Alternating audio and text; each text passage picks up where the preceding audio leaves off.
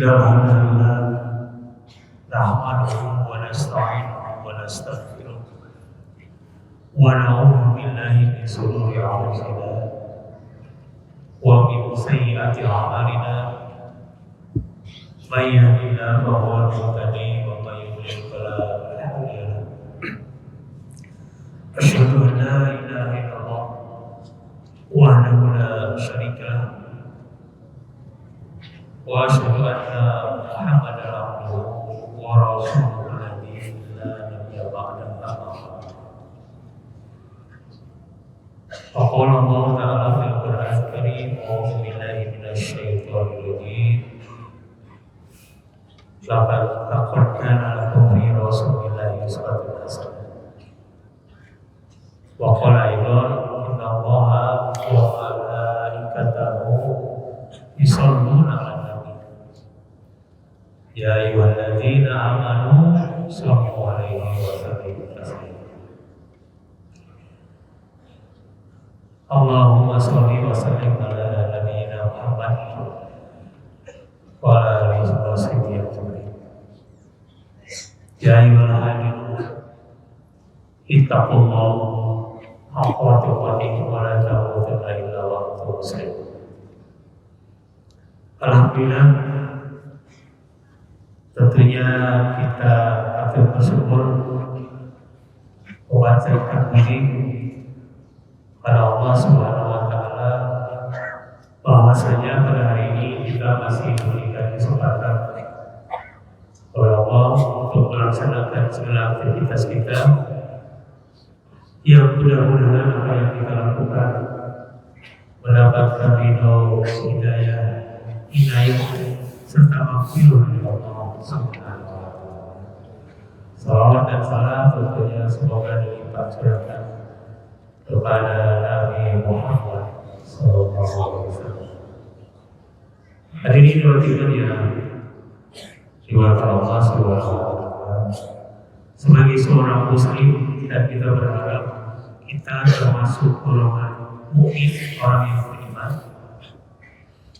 Tentunya kita berupaya untuk melakukan segala sesuatu itu sesuai dengan apa yang diperintahkan oleh Allah Subhanahu wa Ta'ala dan juga yang dituturkan oleh Rasulullah SAW. Banyak yang mengaku bahwa saya atau kami adalah pengikut Rasulullah Nabi Muhammad SAW. Tapi sebetulnya di dalam keseharian itu jauh sekali dari perilaku yang dilakukan oleh Rasulullah SAW. Apa sih sebenarnya yang harus kita lakukan ketika kita mengaku atau bahkan kita menginginkan menjadi pengikut umat Rasulullah SAW? Apa saja yang wajib kita teladani dari kepribadian Rasulullah SAW? Ibnu Katsir dan sejumlah mufassirin menyebutkan bahwa yang wajib kita teladani itu meliputi aqwal, af'al dan ahwal, ucapan, perbuatan dan tingkah laku dari Rasulullah SAW. Kita yang mengaku umat Rasulullah harus tahu seperti apa Rasulullah SAW berkata, bertindak dalam kehidupan sehari-hari. Hadirin hadirat yang dimuliakan Allah, memang tidak mungkin dalam satu waktu khutbah Jumat ini membicarakan tentang kepribadian atau akhlak sehari-hari Rasulullah. Sangat banyak sekali panjang. Tapi saya akan coba menguraikan terutama yang nanti para hadirin harus atau berkewajiban untuk membaca Al-Quran, mempelajari juga mempelajari kepribadian Rasulullah seperti itu melalui hadis Rasulullah SAW. Banyak sampai. Hadirin hadirat yang dimuliakan Allah, secara fisik beliau itu tidak terlalu tinggi, tidak terlalu pendek. sedang-sedang saja, selalu bersih, karena rajin mandi, rajin berbersih, dan berupaya untuk selalu dalam keadaan suci, berwudu. Kenapa? Karena kan kita rasakan ketika kita ada dalam keadaan suci, berwudu, belum batal, baik hadas kecil atau hadas besar, itu biasanya kita menjaga perilaku kita, menjaga wudu kita, agar tidak berbuat zalim, tidak berbuat yang tidak baik. Itu juga yang dilakukan oleh Rasulullah SAW sebagai panutan kita. Selain itu beliau pintar, cerdas, jujur, amanah. Rasulullah SAW adalah orang yang paling adil, paling mampu menahan diri, sebagaimana yang Allah telah firmankan dalam surat Al-Ahzab ayat 21. Laqad kana lakum fi Rasulillahi uswatun hasanah. Sungguhnya telah aku jadikan di dalam diri Rasulullah SAW itu adalah uswah hasanah, teladan yang baik yang harus kita ikuti, kita teladan. Bahkan dalam surat Al-Ahzab ayat 56 Allah Subhanahu wa taala berfirman, "Innallaha sesungguhnya Allah wa malaikatahu dan malaikat-malaikatnya yusholluna 'alan nabi bersolawat berdoa Nabi Muhammad SAW. Ya ayyuhalladzina amanu, wahai orang-orang yang beriman, maka kalau kita ingin diseru sebagai orang-orang yang beriman, ya ayyuhalladzina amanu kan semua Allah, sallu alaihi wa sallimu tasliman. Jadi bersolawatlah, berdoalah kalian untuk Nabi, dan ucapkanlah salam penghormatan. Hadirin iman ya dimuliakan Allah SWT. Nabi itu adalah orang yang paling adil, paling mampu menahan diri, jujur, dan paling besar amanah. Makanya beliau sebelum mendapatkan nubuwah, sebelum mendapatkan tugas kenabian dari Allah Subhanahu wa taala, beliau dijuluki sebagai seorang yang al-amin, terpercaya, orang yang jujur. Sebelum menjadi diangkat oleh Allah sebagai nabi dan rasul. Tapi ketika diangkat oleh Allah menjadi nabi dan rasul, maka banyak orang Mekah pada waktu itu yang mencibir, menghina, yang tadinya mendapatkan pujian itu hilang. Ini menunjukkan bahwa menjadi orang baik itu halus dan mudah sebenarnya. Tapi ketika kita mengajak kebaikan, berdakwah seperti Rasulullah SAW, itu memang berat, tidak mudah. Akan banyak orang yang mencibir, akan banyak orang yang mencaci maki, termasuk pada Rasulullah SAW.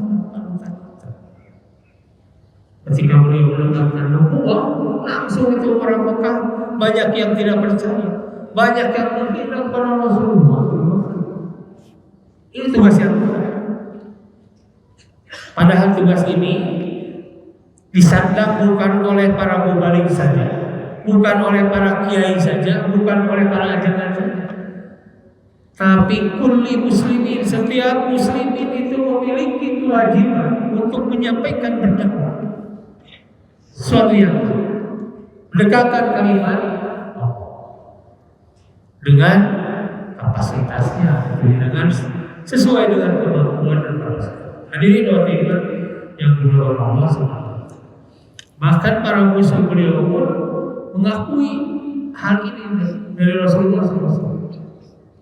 Beliau adalah orang yang memberani mendatangi tempat-tempat yang paling sulit. Betapa banyak pada waktu itu kejadian yang mengharuskan Rasulullah SAW datang sendiri langsung terdepan. Bahkan para sahabatnya ada di belakang. Hadirin hadirat yang dimuliakan Allah SWT. Kalau kita lihat akhlaknya dalam kehidupan sehari-hari, Ini beberapa hal saja. Nanti bahwa iman-iman yang dilakukan Allah Subhanahu wa Ta'ala bisa mempelajarinya di dalam hadis. Misalnya ketika berjalan, beliau itu pelan-pelan berwibawa, tidak tergesa-gesa. Beliau tidak menyeret kakinya sehingga tidak membuat perlu debu. Pandangan beliau selalu mengarah ke depan dan ke bawah, tidak menolak. Kenapa? Karena yang menolak itu biasanya identik dengan orang yang sombong. Beliau tidak. Beliau senantiasa mengawali salam kepada siapapun yang ditemuinya. Beliau memandang seseorang itu tidak sinis, tidak pernah memperlotoki wajah seseorang. Beliau lebih banyak diam dan baru berbicara bila perlu. Tidak banyak bicara. Beliau itu diam, mendengarkan. Tapi ketika seseorang mengatakan sesuatu yang zalim, yang tidak baik, itu baru Rasulullah SAW dengan berani menyampaikan sesuatu untuk meluruskan. Lalu senantiasa beliau itu berbicara menghadap kepada orang yang diajak berbicara dengan. Beliau juga tidak menentukan satu tempat yang khusus. Bahkan beliau sendiri melarangnya. Karena beliau melarangnya nanti bisa menjadi kultus individu yang berbahaya dan tidak boleh. Karena penghambaan kita hanyalah kepada Allah SWT. Hantas sekalipun kepada para Rasul tidak boleh, termasuk kepada Nabi Muhammad SAW. Beliau berusaha menghindari debat, berselisih dengan siapapun. Tidak pernah memotong pembicaraan orang lain, kecuali ya orang lain tadi berbicara yang sia-sia. Beliau banyak bergaul dengan fakir miskin, bahkan makan bersama mereka.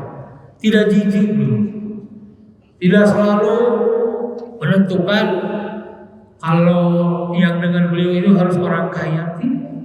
Bahkan beliau banyak bergaul itu dengan orang yang miskin, orang yang hamba sahaya. Bahkan menerima undangan juga dari para abdi dan budak. Senantiasa menerima hadiah, tidak menolaknya. Hatta sekalipun itu secangkir susu misalnya, beliau untuk menghormati yang mulia. Beliau melakukan silaturahmi lebih banyak dari orang lain. Senantiasa berbuat baik kepada keluarganya, tapi tidak melebihkan mereka dari yang lain. Beliau punya keluarga, beliau memperlakukannya dengan baik, menafkahinya dan sebagainya. Tapi ingat, beliau itu tidak memperlakukan yang berbeda dengannya. Kalau yang salah ya salah, kalau benar tidak pernah merendahkan seseorang. Tidak pernah beliau itu memaki atau memanggil seseorang dengan gelar yang jelek. Betul, maaf, misalnya si hitam, si pelek, si galing dan lain-lain. Beliau ganti dengan julukan yang bagus, yang baik oleh Rasulullah SAW. Tidak meneruskan gelar yang jelek tersebut. Tidak pernah beliau itu mencari-cari aib seseorang. Senantiasa bersabar menghadapi kekurangan orang lain dan membalas kejelekan mereka dengan kebaikan.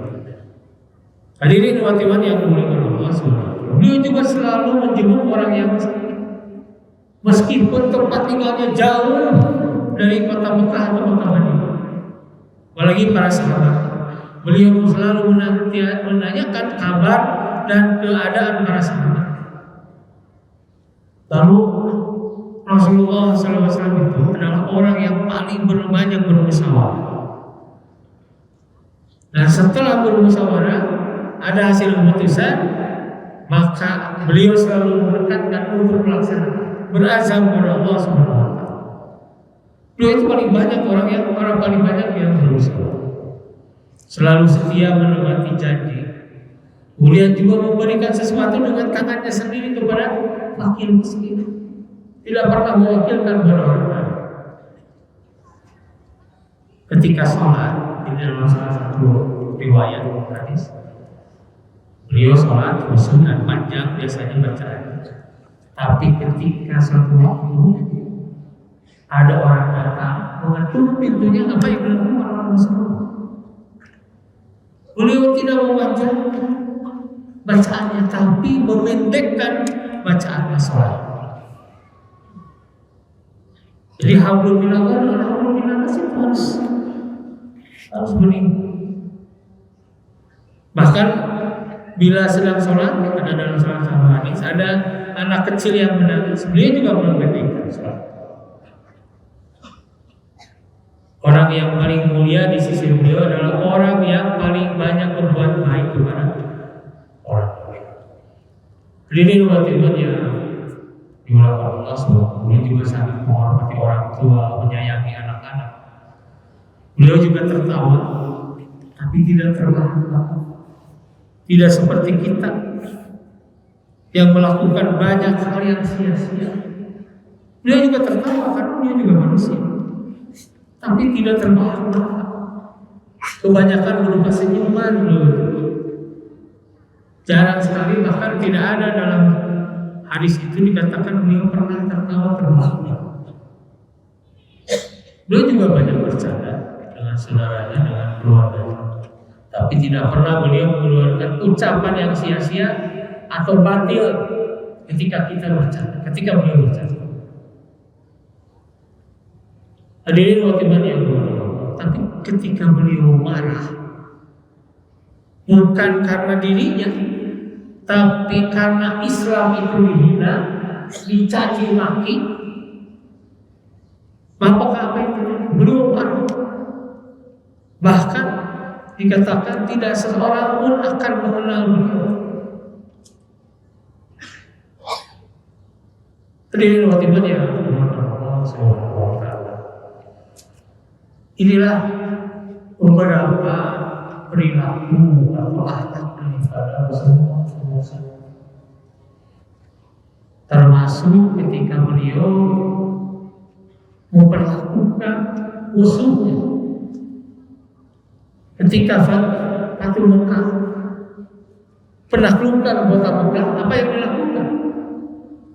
Kalau orang lain sudah menangkapi, kemudian memenjarakan, bahkan membunuh musuh. Tidak dengan Rasulullah SAW dan para sahabat dan para kaum muslimin pada waktu itu. Apa yang terjadi? Damai-damai saja. Rasulullah SAW bersama pasukan perangnya masuk ke kota Mekah dengan cara-cara itu. Tidak ada rumah yang dirusak, tidak ada yang dibakar, tidak ada binatang yang disembelih, apalagi manusia.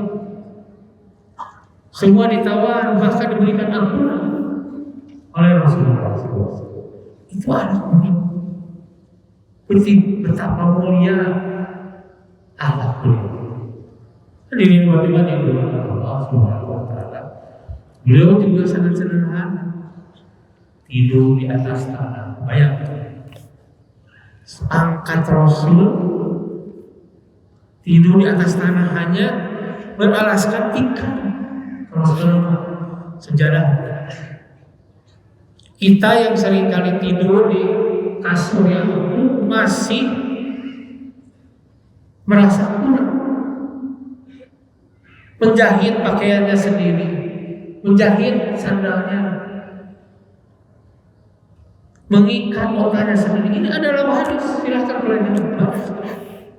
Begitu sederhananya memerah susu sendiri. Ketika memakai baju sandal, beliau memulainya dari sebelah kanan, tangan kanan, kaki kanan, membukanya sebelah. Kemudian juga tidak makan sebelum lapar dan akan berhenti dari makan sebelum kenyang. Makan dan minum mengawali dengan cara membaca bismillah. Selesainya alhamdulillah. Dan selalu menghabiskan. Ini satu hal yang kecil, sepele, tapi akibatnya besar. Kita bisa menjadi temannya setan.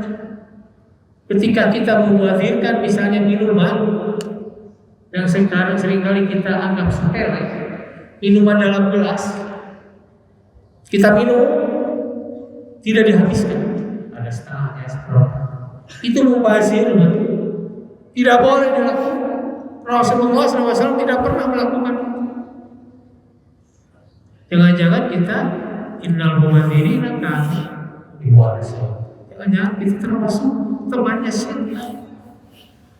Demikian pula beliau bahkan beliau itu selalu lurus, tidak berdiri, tidak berjalan.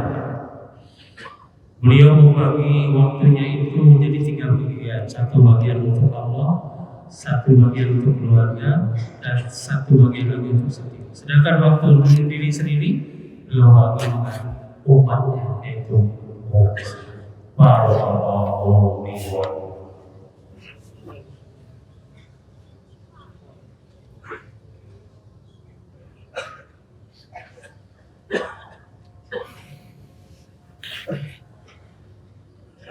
Alhamdulillah, alhamdulillahilladzi arsala rasulahu bil huda wa dinil haqq liyudhhirahu 'ala dini kullihi wa kafaa billahi shahida.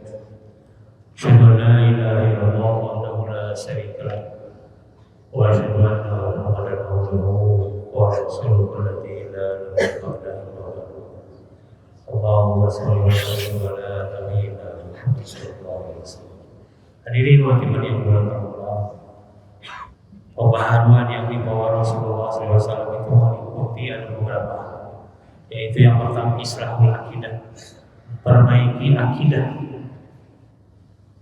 lalu islahul ibadah, memperbaiki ibadah, islahul akhlak, akhlak kita diperbaiki oleh Rasulullah SAW, juga islahul muamalah, baik dalam berwasiat, bermaisah, dan berdakwah. Oleh karena itu, adab kita bagaimana seharusnya terhadap Rasulullah SAW? Bukan hanya dengan memperingati hari lahirnya saja, tapi juga taat terhadap perintah Rasulullah SAW dan meninggalkan larangan. Yang kedua, wajib mencintai Nabi, terutama Rasulullah SAW, menyampaikan salawat dan doa kepada. Ini perintah dari Allah Subhanahu wa Ta'ala. Yang ketiga, mengikuti sunnahnya serta mencontoh akhlak dan etika. Banyak sekali di dalam Al-Quran, di dalam hadis ada. Yang tadi saya sampaikan hanya kecil saja, sedikit saja. Banyak sekali kepribadian Rasulullah SAW yang demikian agung, demikian mulia, yang harus kita contoh. Kalau kita menganggap bahwa kita adalah umat Rasulullah SAW. Kemudian yang keempat, menjadikan syariatnya sebagai dasar hukum kita, serta mencintai pengikut-pengikutnya dan membenci musuh-musuh beliau. Betapa indah pribadi yang penuh pancaran manfaat, ia bagaikan cahaya matahari yang menghindari kegelapan. Demikianlah cahaya pribadi kita yang seharusnya juga mampu menyemangati siapapun, bukan hanya dari kita tapi orang lain dalam berbuat kebaikan. Kita harus senantiasa memaksimalkan nilai dan manfaat diri kita, menjadi seperti yang dicontohkan oleh Rasulullah SAW, dengan meningkatkan keimanan kita, memperbanyak amal soleh, sehingga mendapat predikat sebagai makhluk terbaik di sisi Allah SWT. Meneladani Rasulullah SAW dengan dampak diberikannya keberkahan, rahmat serta maghfirah oleh Allah SWT kepada kita. Rabbana la tu'akhidna in nasina aw akhtana. Rabbana wa la tahmil 'alaina isran kama hamaltahu 'alal ladzina min qablina. Rabbana wa la tuhammilna ma la taqata lana bih wa'fu 'anna waghfir lana warhamna anta maulana. Maksudna qawmil kafirin. Rabbana atina fid dunya hasanah wa fil akhirati hasanah wa qina adzabannar. Aqulu qouli hadza wa astaghfirullah li wa lakum. Wassalamu